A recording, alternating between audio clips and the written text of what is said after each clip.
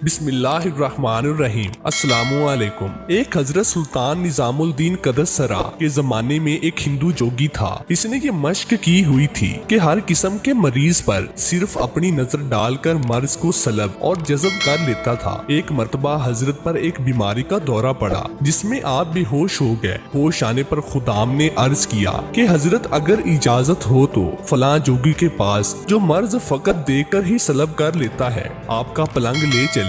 आपने फरमाया कि खबरदार ऐसा मत करना, क्योंकि अंदेशा है कि लोगों के अकायद में खराबी पैदा हो जाएगी। यानी हिंदू जोगी और इसके मानने वाले कहेंगे कि जोगी की कोई हैसियत है वगैरह। इत्फाक से एक दिन फिर हजरत को दौरा पड़ा और बेहोश हो गए। मुरीदैन को अपने पीरो मुर्शिद से बेहद मोहब्बत और एहतराम का दर्जा होता है, खलूस होता है और अपने पीरो मुर्शिद की तकलीफ बर्दाश्त नहीं कर सकते। आपस में मशवरा करके उसी बेहोशी के आलम में अपने शेख का पलंग उठाकर उसी जोगी के मकान पर जा रखा और हजरत के फरमान के खिलाफ करने और आपकी नाराजगी का तदराक माफी चाहने से सोच लिया कि अपने पीरो मुर्शिद से दिलो जान से बाद में माफी मांग लेंगे। जब हजरत को इस हिंदू जोगी ने देखा कि इतनी बड़ी हस्ती मेरे पास आई है, वो तो फूले ना समाया। दिल में सोचा कि अब मेरी दुकान खूब चमकेगी। जोगी ने हजरत को देखा और देखते ही अपना तस्वर डाला। फौरन हजरत के मर्ज को सलब कर लिया। आप एकदम उठकर बैठ गए और यूं मालूम होता था कि कोई मर्ज हुआ ही नहीं था।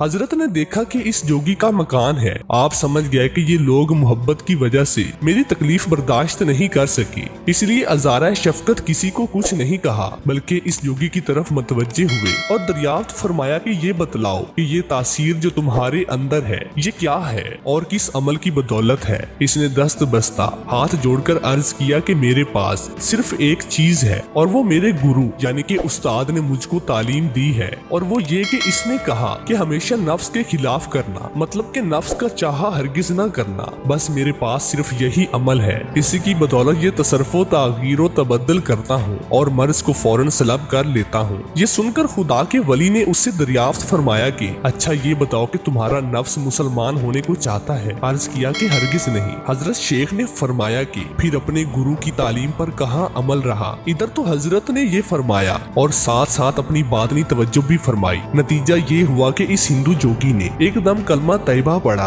और सिद्क से दिल से मुसलमान हो गया। दर हकीकत आप रहमतुल्लाह अलैह ने इस पर भी अपना नूरानी और रूहानी असर डाला। जैसा कि इरशाद बारी ताला है, एहसान का बदला एहसान के सिवा क्या है। इस जोगी ने आपके मर्ज जिस्मानी को खत्म किया था। हजरत ने इसके बातनी मर्ज यानी कि कुफ्र और शिर्क को सलब फरमाया और इस्लाम में दाखिल फरमा कर हमेशा हमेशा के लिए नार जहन्नम से बचा लिया। इस तरह एहसान का बदला एहसान हो गया। यूं बरसगीर में इन अजीम बा अमलो बा करामत हस्तियों ने दीन मुहम्मदी सल्लल्लाहु अलैहि वसल्लम की शमे रोशन फरमाई। ख्वाजा निजामुद्दीन औलिया रहमतुल्लाह अलैह, जिनका तज़किरा ऊपर किया गया है, बादशाहों की सोबत से हमेशा किनारा कशी अख्तियार फरमाई। इनसे किसी हाल में मिलना पसंद नहीं फरमाते थे। बादशाह जलालुद्दीन फैरोज शाह खिलजी को हजरत से मुलाकात की बड़ी तमन्ना थी, इसलिए अपने नदीम यानी कि दोस्त खास अमीर खुसरू से अपनी इस तमन्ना का इजहार किया। हजरत शेख अमीर खुसरू को बहुत अजीज रखते थे। इन्होंने सुल्तान से वादा किया कि